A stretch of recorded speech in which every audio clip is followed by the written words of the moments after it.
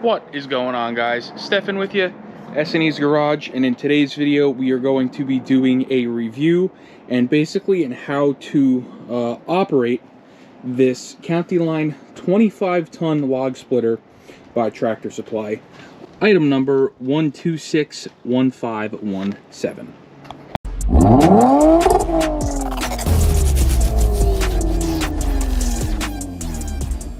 Now, we went out and bought a log splitter for a couple of reasons. Number one, this brand new pole barn that we built here behind us is going to be primarily heated with a wood burning stove. So we are going to need a good supply of seasoned firewood. And what better way than to buy it in log sections, cut it and split it yourself. You can get it a little bit cheaper, or in many cases for free, from tree companies like that just need to unload the trees that they just cut down. Whereas if you buy it from somebody that's taking the time to cut it into 16-inch pieces and split it, you're gonna have to pay for it. And I don't like paying for stuff if I don't have to. So we're doing it for the pole barn and this fire pit here behind us. You'll see we have a rather large property here. We have fires a lot. And it's just nice to be able to have your own firewood and be able to split it yourself. So let's go ahead, walk over there and talk about it a little bit. So this unit here comes with a 6.5 horsepower 196cc Kohler engine. Now, I like the fact that it has a Kohler because I personally have had better luck with Kohler engines than I have Briggs & Stratton. We've blown up actually a couple of Briggs & Stratton lawnmower engines just from normal use. The one that I have now, actually the governor gear inside of the engine blew up. I have to replace that, but that's besides the point. So I was super happy to see that it had a Kohler, and it was on sale this weekend at our Tractor Supply for $1,150. Now that is pretty damn cheap for a 25-ton log splitter. In fact, I was looking on the used market, and in my area, people still wanted between $900 and $1,300 for older, used 25-ton splitters. So really, this was a no-brainer for us. And I did just want to go ahead and use it a little bit before I went ahead and reviewed it. So this is wood that we went ahead and split this weekend. We still have all of this to split, all of that to split, and then there's more in the back from some trees that we just recently had cut down that we had to split. So this isn't something that is this unit's fault per se, but it's something that I do want to address. Here on the engine, it says gas and go. It says that it's pre-filled with 10W30 oil, and it's also pre-filled with AW32 hydraulic oil. Now, in our case, we put gas in it. We tried to start this thing. I must have pulled that thing about 10-15 times and it would not start, and I was starting to get aggravated. So we went ahead, we checked spark. I had spark. So then I went ahead and I pulled the float bowl down from the carburetor, which, in case you don't know anything about small engines, would be right here. This guy right here is the float bowl. And wouldn't you know that ours was filled with water. Now, I don't know how the Tractor Supplies by where you live are, but here, these things are stored outside in the front of their building on the curb. So, Tractor Supply, if you're watching this video, do a better job at storing these. You know they're not going to sell, you know, they're not flying off the shelves. Store them with a little bit of gas in them. That way condensation doesn't build up in that tank and fill the carburetor. Because it was pretty aggravating to have to take a brand new machine and pull the carburetor apart and drain it in order to get it to run. And there actually was a pretty decent amount of water in the tank. I had to let it drain for a good 3 or 4 minutes before I started getting gasoline. And the pickup for the tank is down here in this little bubble down at the bottom. So when you open the cap, after you remove the little strainer here, you really, let me get this out really quick and show you what I'm talking about. You really cannot see the inside of the tank that well. Let me get that out really quick. So even with this strainer removed, you really can't see down there too much. And admittedly, I didn't even pull the strainer because who's going to think that a brand new machine that you're buying is going to need the fuel tank drained? So that just left a bad taste in my mouth.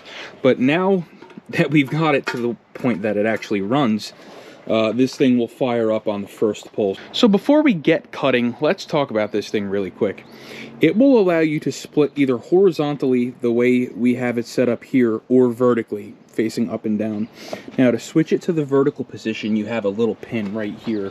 So what you go ahead and do is this handle here, you pull it, and then you just go ahead, and once I set you up on the tripod, I'll show you, you basically lift this whole thing up and stand it up, you know, straight up and down. Now the reason you would do that is if you're cutting or splitting larger logs. This thing will allow you to split, I believe it says up to 24.5 inches in diameter of log, which is pretty big, and honestly that's bigger than anything I'm gonna be splitting. These are probably about the biggest things that I'm dealing with here for the time being. Now this unit also comes with DOT approved tires, so you can tow this thing at highway speeds behind your vehicle wherever you're going, and that's actually the way that we got it home. We hooked it up to our Jeep over there and pulled it right home. Now it has a 4-gallon hydraulic reservoir capacity, so it holds 4 gallons of oil, and it even tells you here, based on where you live, what kind of oil that you can and should be using. Now it is pre-filled with AW32, so that's what I'm going to keep in it. That will allow us to use this thing down to 32 degrees Fahrenheit. Now if you're going to be using this in extremely cold weather, and exclusively in cold weather, you're probably going to want to drain that and fill it with ATF, just regular automatic transmission fluid. But I plan on splitting all of my wood either in the spring or in the fall. That way we can season it. So I'm not going to be using this in the winter, and changing the hydraulic oil is not going to be an issue for me. So let's talk construction. This thing is built very nicely. These welds look absolutely fantastic, and it's got some really nice thick steel. This looks like at least inch and a half thick, and it's even braced down here on the bottom for if you have it in the vertical position. So I have there is no question in my mind that this thing will be able to deliver 25 tons of splitting force without breaking or bending. These hydraulic hoses are very nice. They are, you know, obviously they're high pressure hoses. They need to be. So they are 5,220 psi hydraulic hoses, and the piston is very nicely built. And this unit, it must not have been sitting outside for too long, because none of these stickers are faded. We went to another Tractor Supply after we bought this to buy a couple of other things, and the one that they had sitting outside looked brutal. So I can only imagine how much more water is going to be in the fuel tank and the carburetor of that thing. But with that being said, we are going to go ahead and change the oil on this thing after 5 hours. That is what they recommend for the break-in time, I believe is what it says. So that's what we are going to go ahead and do. We're going to change the engine oil after about 5 hours, and from then on out we should be good to go. Actually, it says it right here in case you don't believe me. Change oil initially 5 hours, every 100 hours, or annually from thereafter. So my other lawnmower, or my lawnmower, my ride-on, uses a Kohler engine too. It's also a single cylinder, but I think that's like a 22 horsepower. But I have Kohler oil change kits for that, so we have plenty of 10W30 Kohler engine oil, and that's just what I'll dump in this because that's what I put in the lawnmower. To check your oil, you have a dipstick there. There is also a dipstick back here. Obviously the one on the front of the machine is going to be more easily accessible. And then this here, basically the axle, is your hydraulic tank. So you open this, there's a dipstick in here, and that is how you check your hydraulic oil. You can see right here on the sticker that we mentioned earlier.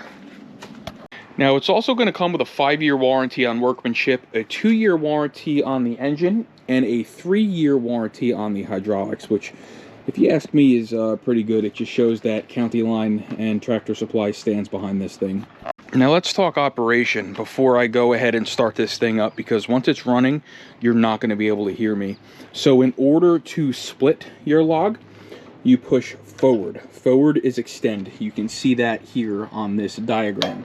Now it has an automatic retract function where you pull this back and it will stay there until this comes all the way back, and then kick itself back into neutral. Now, I personally, I don't like using that feature because the logs that I'm splitting are only about yay long. So by letting it come all the way back, I have to wait that much longer for it to come forward to then go ahead and split my log.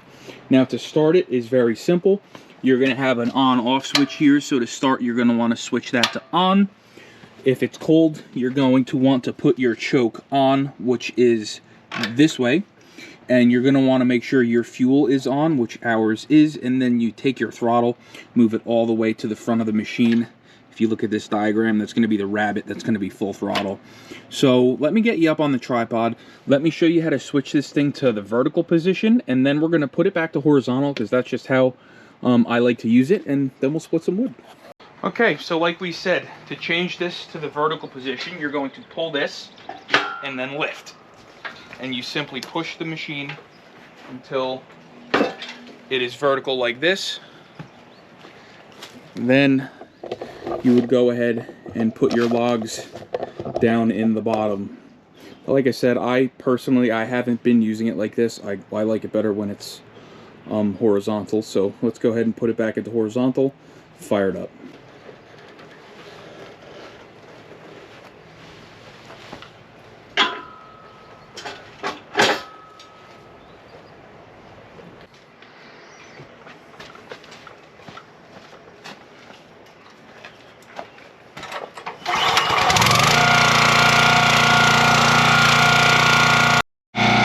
Not sure how well you're going to hear me with this thing here at wide open throttle, but let's grab some logs and let's split them.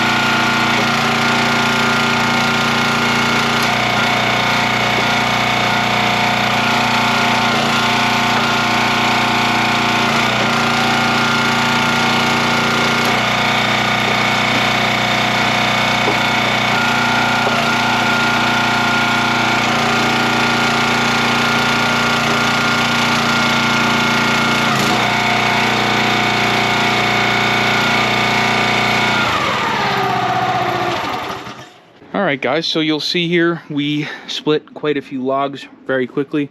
One thing I like to do when I'm done using it is I'll either take a leaf blower or some compressed air, and you'll just see there's a bunch of crud that gets built up here in the tracks. You just kind of want to do your best to clean it up. Get your hands down in here and just get as much of the gunk out here as you can. And like I said, when I'm completely done, I'm going to take my leaf blower and hose it off. Now the carriage assembly will also pull a lot of the junk back here. So again, you want to keep this thing clean.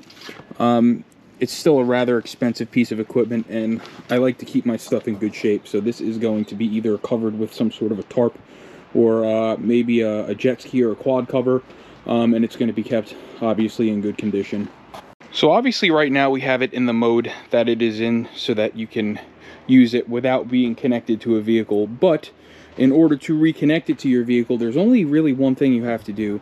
You have to go ahead and release your hitch, and then this here is a lock. This locks the kickstand down. You just go ahead and give that a kick with your foot, and then when you lift the tongue up, this is spring loaded.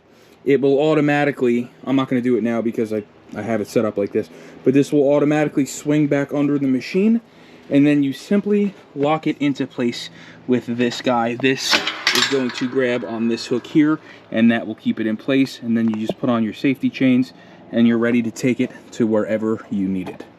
So I hope this video helped you. If you're in the market for one of these, I hope that it was insightful for you. I hope that me showing you the different ways you can use it, whether horizontally or vertically, assisted you in some way, shape, or form. I hope me showing you how to use the hydraulic lever helped. And I also hope that me showing you some of the shortcomings of this, mainly the water in the fuel tank from it being stored at the store. Hopefully maybe if you have one of these, you just bought it and it won't start, hopefully this helps you diagnose it, because I was getting ready to hook this thing back up to the Jeep and bring it back, but I said, you know what, let me just check a couple of basics, make sure there's nothing stupid, and of course there was something stupid. So now that we got all that fuel, or out of that water, out of the gas tank, we got fresh fuel in there, like I showed you, it fires up first pull and everything's good here, and we have plenty more splitting to do over the years. So please like, share, and subscribe, and we appreciate you watching this, and we'll see you on the next one.